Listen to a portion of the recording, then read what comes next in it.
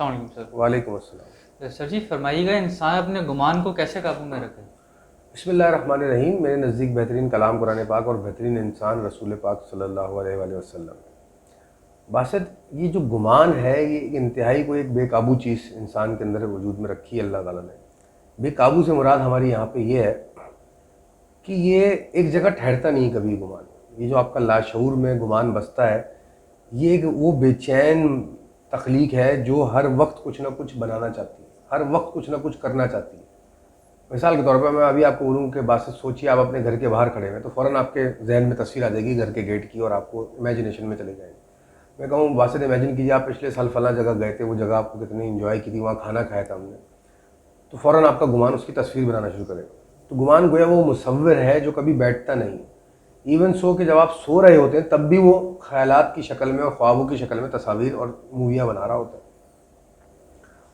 اور ہمارے معاشرے میں ایک کامن پرابلم جو پائی جاتی ہے جو ہم آبزرو کر رہے ہیں وہ بدگمانی ہے۔ بدگمانی کے مختلف اشکال ہیں، وسوسہ، شر، خوف، شک، اور اس کو جتنی فارمز میں آپ جتنے معاملات میں آپ اس کو ڈبوئیں گے اتنا زیادہ یہ رنگتا چلا جائے گا اور مختلف ناموں سے سامنے آئے گا۔ ہوتا یہ کہ یہ جو بدگمانی ہوتی ہے، گمان جب یہ نیگیٹیوٹی کی طرف ڈائیورٹ ہو جاتا ہے تو ایک مستقل یا مسلسل ایک تسلسل قرار ایک قائم ہو جاتا ہے اس بدگمانی کا، تو وہ پھر فٹیگ بن جاتا ہے۔ یعنی کہ میں کوئی ایک نیگیٹو سوچ میرے مائنڈ میں مستقل ہیمر کرتی رہے تو کیا ہوگا، تھوڑی دیر بعد میں فٹیگڈ ہو جاؤں گا، یعنی کہ میں تھک جائے گا میرا ذہن اس کو سوچ سوچ کے، وہ اور ذہن جو ہے وہ پریشان ہونے لگے گا۔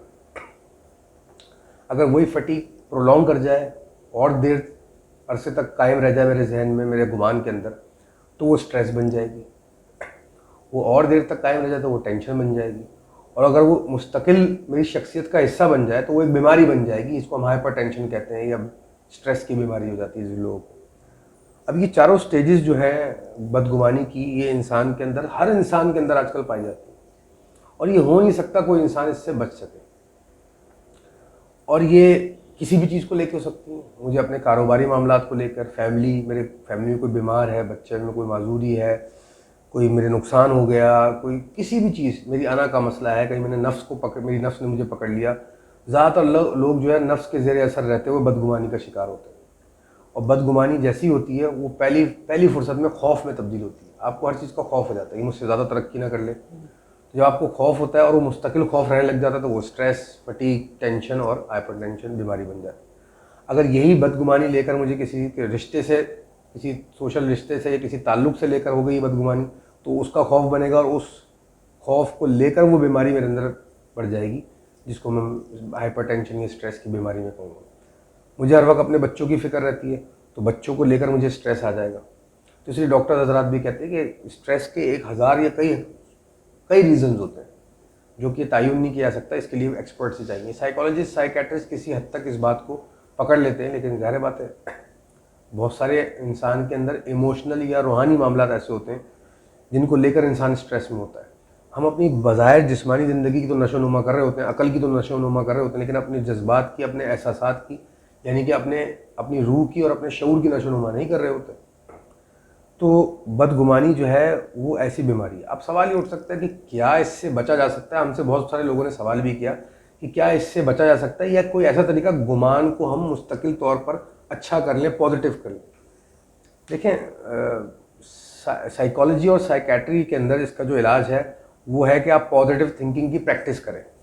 ایک تو یہ اس کا علاج، اس کی ایکسرسائزز بتائی جاتی ہیں، اسٹریس ریلیزنگ ایکسرسائز، یا آپ ٹیمپریری اسٹریس میں ہیں، بدگمانی میں ہیں تو اس کو ریلیز کیسے کرتے ہیں، اپنے مائنڈ کو ڈائیورٹ کریں۔ آپ اس کے لیے بتاتے ہیں کہ ایکسرسائز کریں، آپ کچھ کہتے ہیں کہ جی گانے سن لیں، کچھ کہتے ہیں جی نیچر میں جا کے بیٹھ جائیے، جو بھی آپ کی شخصیت اور آپ کی سوچ اجازت دیتی ہے، ان سارے کاموں میں سے جو بہتر لگتا ہے وہ آپ کر سکتے ہیں، یہ آپ کا ذاتی عمل ہے۔ دوسرا طریقہ یہ ہے کہ جن کی اسٹریس یا انگزائٹی جو ہوتی ہے وہ کسی کیمیکل امبیلنس سے پیدا ہوتی ہے، اس کو سائیکیٹرسٹ جو وہ دوائیاں دیتے ہیں جو اس کیمیکل کو پورا کرتی ہیں۔ نارملی وہ دوائیاں جو ہوتی ہیں انسان کے ذہن کو سن اور نم کر دیتی ہیں، وہ ڈزی رہتا ہے، اور کیونکہ اس کا دماغ نم رہتا ہے تو وہ اس کی سوچیں ڈائلیوٹڈ رہتی ہیں، تو وہ بدگمانی کی طرف یا نہیں جاتا، سوتا رہتا ہے۔ یہ کوئی اچھا حل نہیں ہے، لانگ ٹرم یا مستقل حل نہیں ہے۔ اب جو صوفیہ کرام اس کے بارے میں کہتے ہیں وہ بات ہمیں بڑی انٹرسٹنگ لگی، اور ہم نے اپنی زندگی میں بھی اپنائی، اور جو بھی ہم سے پوچھتا ہم اس کو وہ بیان کر دیتے ہیں۔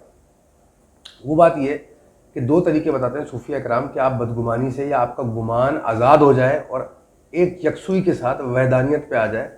اس کے دو طریقے انہوں نے بتائے. ایک طریقہ ہے کہ آپ ذکر الہی میں کثرت سے رہیے, یعنی کہ جب آپ اپنے مائنڈ کو, اپنے گمان کو مستقل ذکر میں رکھیں گے, اللہ کی یاد میں رکھیں گے, اللہ کے ذکر میں رکھیں گے, تو اس کو اور کوئی موقع نہیں ملے گا ادھر بھٹکنے کا. تو آپ کثرت سے ذکر الہی کیجیے. اب اس میں ذکر الہی میں کچھ لوگ چلے ورد اور اذکار کرتے ہیں, کچھ لوگ ویسے یاد کرتے ہیں, اللہ کو ہر وقت قلب میں رکھتے ہیں. یہ ایک الگ بحث ہے, بہرحال ہم اس میں نہیں پڑھنا چاہتے, ہم ذکر الہی کا لفظ استعمال کریں گے. دوسرا طریقہ انہوں نے فرمایا صوفیہ نے کہ آپ کسی ایسے انسان کو ڈھونڈ لیجئے جس کا گمان آزاد ہو اور تعلق قائم کر چکا ہو اللہ سے, یعنی کہ آج کے دور کا ولی. کیونکہ وہ شخص, اس کا گمان سٹیبل ہوگا, آزاد ہوگا اور اللہ سے تعلق قائم کر چکا ہوگا, کریکٹڈ ہوگا اللہ تعالیٰ کے خصوصیات سے یا صفات سے. تو ایسے انسان کی صحبت اختیار کریں آپ. وہ انسان اپنی صحبت میں آپ کو رکھ کر آپ کو بھی اپنے جیسا بنا دے گا, یعنی کہ آزاد گمان یا مستحکم گمان کا انسان بنا دے گا. اس کو ہم کہتے ہیں اعتباری ذہن. تو اب ایسا انسان ڈھونڈنا اور کیا ایسا انسان ایگزسٹ کرتا ہے, یہ خود میں ایک معمہ ہے یہ بات. بہرحال جو لوگ بلیو کرتے ہیں وہ جستجو کر سکتے ہیں. لیکن یہ دو ہی طریقے ہیں کہ آپ کا گمان جو ہے اس کو آپ کنٹرول میں رکھ سکیں یا پاکیزہ کر سکیں یا مستقل مزاجی کے ساتھ پازیٹیوٹی میں لے کے آ جائیں, جس کو آپ پازیٹیوٹی کہتے ہیں.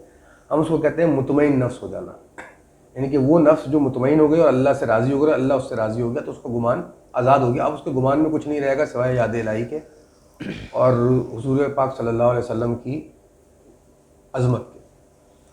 تو اب گمان کو کنٹرول کرنے کا طریقہ یہ ہے, یا تو انسان ان پہ چلے, یا سائنٹیفک جو ویسٹرن طریقہ ہے کہ مائنڈ سائنسز کو فالو کرے اور مائنڈ ایکسرسائزز کرے, اور اگر اس کو کامیابی ملتی ہے. مائنڈ سائنسز اور مائنڈ ایکسرسائزز سے کسی حد تک کامیابی ملے گی, مکمل علاج نہیں ہے, مستقل علاج نہیں ہے, اور یہ ریکمینڈڈ بھی نہیں ہے ہماری نظر میں. بہرحال لیکن جو لوگ کرتے ہیں اور جو اس کے پرچار کرنے والے ہیں اور جو اس کے بلیور ہیں وہ بھی قابل احترام ہیں, ہم ان سے کوئی اختلاف نہیں کریں گے. ہم نے جو اپنی ایک علم کی روشنی میں جو بیان کر سکتے تھے وہ کر دیا.